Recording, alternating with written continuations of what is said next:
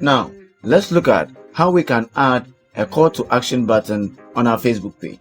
To do that, click on this three dots and click on Add Action Button. Now over here, you have so many options to choose from.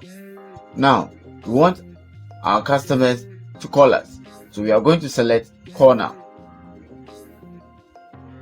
And over here, we provide a phone number.